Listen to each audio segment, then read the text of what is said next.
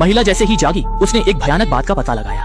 वह खुद को एक अंधेरे सूरज की रोशनी से वंचित लोहे के डिब्बे में कैद पाती है। उसके बगल में एक लोहे का कटोरा रखा है, मानो किसी ने उसे पालतू जानवर की तरह बंदी बना रखा हो। ये देखकर महिला ने जल्दी से अपने बंधन को अपने मुंह से काट कर खोला, लेकिन जैसे ही वह मुश्किल से आजाद हुई, पास से अलार्म की आवाज आने लगी। तुरंत एक छोटी सी खिड़की अपने आप खुल गई। शियाओ मई ने छेद से बाहर देखा और पाया कि वह विशाल समुद्र के किनारे है। चारों ओर ऐसे ही कई लोहे के बॉक्स थे। तभी शियाओ मई को डर के साथ एहसास हुआ। उसे एक नए प्रकार की जेल में बंद कर दिया गया था। दरअसल दूर 2052 में अपराध दर में लगातार वृद्धि के कारण सामान्य जेलें इतने सारे कैदियों को रखने में असमर्थ थी। इसलिए उच्च अधिकारियों ने इस नए प्रकार की जेल का निर्माण किया, जहां सभी अपराधियों को इन लोहे के बॉक्स में कैद किया जाता था और फिर ड्रोन द्वारा उन्हें दुर्गम स्थानों पर ले जाया जाता था। हालांकि इससे सामान्य जेलों का दबाव कम हुआ, लेकिन बॉक्स में बंद शियाओ मई को बहुत कष्ट झेलना पड़ा। दीवार पर लगे स्क्रीन से उसे पता चला कि उसे 7 साल की सजा इस बॉक्स में बितानी होगी। इस दौरान कोई पैरोल नहीं होगा और उसका भोजन पूरी तरह से खाना पहुंचाने वालों पर निर्भर करेगा। केवल 7 साल की सजा के बाद ही उसे रिहा किया जाएगा। यह सुनकर शियाओ मई टूट गई, चिल्लाते हुए कहा कि वह दौई से भी ज्यादा बेकसूर है, क्योंकि उसका अपराध सिर्फ सार्वजनिक स्थान पर शौच करना था। इसके लिए इतनी कठोर सजा उचित नहीं है। यह निश्चित रूप से किसी ने मुझे फंसाया है। वह रोते हुए कहती है कि उस पर झूठा आरोप लगाया गया है। हालांकि चाहे वह कितना भी बचाव करे, इस विशाल समुद्र पर कोई भी उसकी बात नहीं सुन सकता। उसके साथ सिर्फ एक ठंडा जेल सिस्टम है। इतना ही नहीं, उसके खाने पीने और शौच की भी समस्या थी। शियाओ मई ने हाथ बाहर निकालकर भोजन मांगने की कोशिश की, लेकिन यह व्यर्थ था, क्योंकि यहाँ केवल निर्धारित समय पर ही खाना पहुंचाने वाले भोजन लाते थे। बिना कुछ किए बैठे रहने के बजाय शियाओ मई ने भागने की कोशिश की, लेकिन ऊपर के लोहे के शंकु बिजली से भरे थे।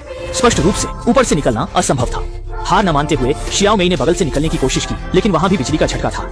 लेकिन शियाओ मई को यह नहीं पता था कि उसके हर एक हाव भाव और हरकतें ऊपर लगे कैमरों द्वारा पूरी तरह से निगरानी की जा रही थी। जब उसने बॉक्स को तोड़ने की कोशिश की, तो अगले ही पल कान फाड़ देने वाला अलार्म बज उठा और ऊपर के लोहे के शंकु नीचे आने लगे। ये देखकर शियाओ मई बहुत डर गई और घबराहट में छेद से चिल्लाकर मदद मांगने लगी। हालांकि विशाल समुद्र के बीच उसकी मदद की पुकार बहुत छोटी लग रही थी। जैसे जैसे लोहे के शंकु करीब आ रहे थे, शियाओ मई ने छिप जाने के लिए खुद को तैयार कर लिया, लेकिन अचानक शंकु रुक गए। दरअसल यह सिस्टम की चेतावनी थी। अगर शियाओ मई फिर से भागने की कोशिश करेगी, तो सिस्टम उसे पूरी तरह से खत्म कर देगा। इस घटना के बाद शियाओ मई ने फिर कभी कोई जोखिम उठाने की हिम्मत नहीं की। लेकिन अगले कुछ दिनों में उसने खाना पहुंचाने वाले को भी नहीं देखा। भूख और प्यास से व्याकुल वो अपने कटोरे में ऊपर से गिरने वाले बारिश के पानी को इकट्ठा करने लगी।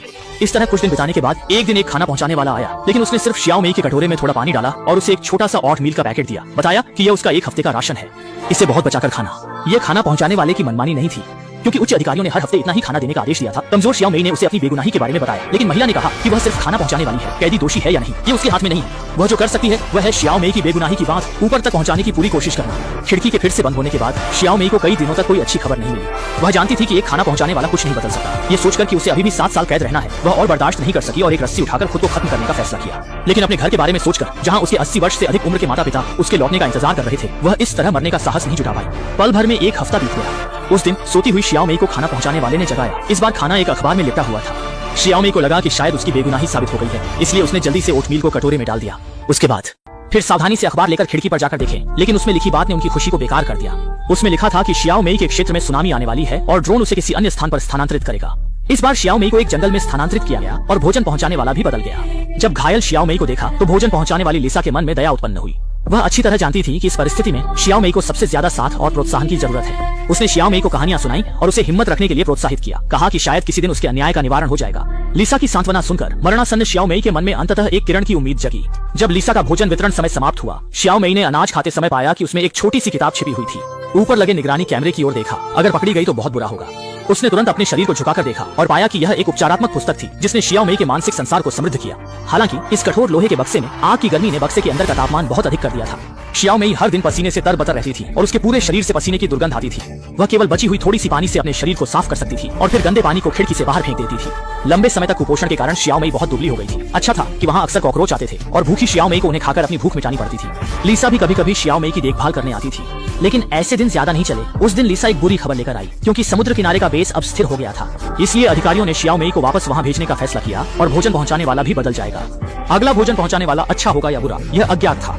जल्द ही एक तेज झटके के साथ शियाओ मई को फिर से समुद्र तट पर स्थानांतरित कर दिया गया, अनजान कि यह उसके दुष्स्वप्न की शुरुआत होगी। इस बार भोजन पहुंचाने वाला एक पुरुष था, जो शियाओ मई के सामने सेब खाने का दिखावा कर रहा था। उस आदमी को स्वाद लेकर खाते हुए देख प्यास से बेहाल शियाओ मई के मुंह में पानी आ गया। इसलिए उसने उस आदमी से एक सेब देने की विनती की, लेकिन वह फिर भी बिल्कुल बेपरवाह रहा और अपने आप ही खाने में लगा रहा। जब शियाओ मई ने मांगना छोड़ दिया, तब उसने एक अनुचित सौदा प्रस्तावित किया।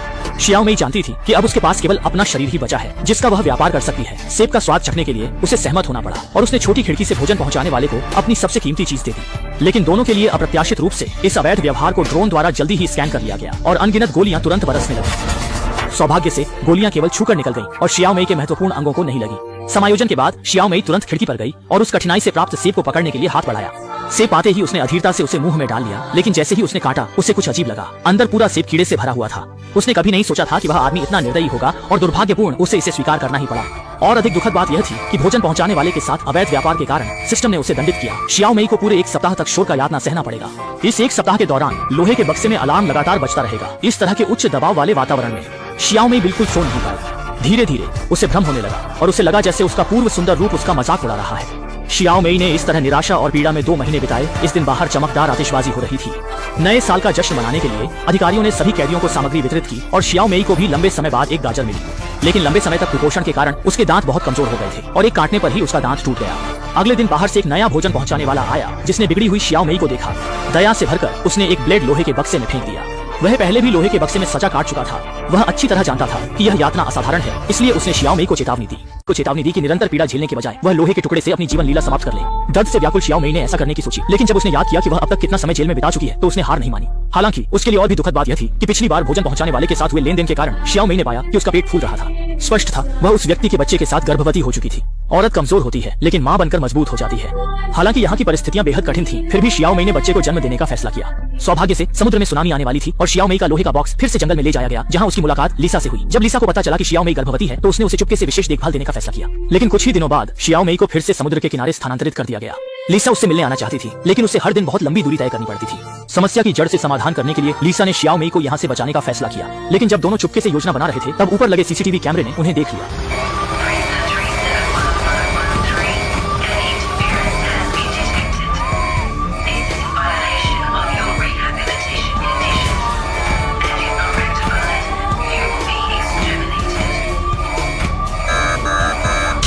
खिड़की बंद होने के बाद ही अलार्म बंद हुआ। लेकिन उस दिन के बाद शियाओ मेई ने लिसा को फिर कभी नहीं देखा और भोजन पहुंचाने वाला भी एक पुरुष बन गया। हालांकि वह कठोर भाषा का इस्तेमाल करता था, लेकिन जब उसे पता चला कि शियाओ मेई गर्भवती है तो उसने उसे परेशान नहीं किया, बल्कि चेतावनी दी कि वह कोई गड़बड़ न करे। केवल अगर वह ईमानदारी से सुधार प्रक्रिया को स्वीकार करेगी तभी उसे बच्चे को जन्म देने की अनुमति मिलेगी। फिर उसने दूर जल रहे लोहे के बॉक्स की ओर इशारा किया। अगर शियाओ मेई नहीं मानेगी तो यही उसका अंजाम होगा। शियाओ मेई ने यह देखकर तुरंत हामी भर दी। दिन बीतते गए और जल्द ही प्रसव का समय आ गया। दर्द भरी पीड़ा के बाद शियाओ मेई ने सफलतापूर्वक बच्चे को जन्म दिया। लेकिन वह अभी अपने बच्चे के साथ थोड़ा समय भी नहीं बिता पाई थी कि ऊपर लगे कैमरे ने वहां एक अनजान जीवन का पता लगा लिया। तुरंत ऊपर से धुआं उतरा। शियाओ मेई ने बच्चे को अपने पास सुरक्षित रखने की कोशिश की, लेकिन धुएं में नींद लाने वाला प्रभाव था। कुछ ही देर में वह बेहोश हो गई। जब वह फिर से होश में आई तो उसके बगल में बच्चा गायब था। निराशा में उसने ऊपर की ओर चिल्लाया, लेकिन यह सब व्यर्थ था। बाहर की दुनिया में अपने बच्चे के बारे में सोचकर शियाओ मेई ने हिम्मत करके आगे बढ़ने का फैसला किया, ताकि जैसे ही उसकी सजा पूरी हो वह अपने बच्चे से मिल सके। लेकिन दुर्भाग्य से इस क्षेत्र में फिर से ज्वार आया और समुद्र का पानी वेंटिलेशन से लोहे के बॉक्स में प्रवेश करने लगा। शियाओ मेई ने अपने हाथों से रोकने की कोशिश की, लेकिन यह भी बेकार था। वह केवल ड्रोन की मदद से बचाव की उम्मीद कर सकती थी। देखते ही देखते समुद्र का पानी लोहे के बॉक्स को लगभग डुबो चुका था, लेकिन ड्रोन फिर भी नहीं आया। वह केवल किनारे को पकड़कर डूबने से बच सकता था। जब तक शियाओ मेई लगभग डूबने ही वाली थी, तब अधिकारियों ने आखिरकार ड्रोन भेजकर बचाव कार्य शुरू किया। हालांकि स्थानांतरण के दौरान बिजली गिरी और ड्रोन विस्फोट के साथ समुद्र में गिर गया। सुबह जब मौसम स्थिर हुआ तब शियाओ मेई समुद्र तट पर होश में आई। उसके बगल में वही बुरे सपने वाला लोहे का बॉक्स था। हालांकि ये दृश्य भोजन पहुंचाने वालों ने देख लिया। पुनर्जन्म लेने वाली शियाओ मेई को देखकर भोजन पहुंचाने वालों ने आंख मूंदकर अनदेखा करने का फैसला किया और इसी के साथ फिल्म का अंत हो गया।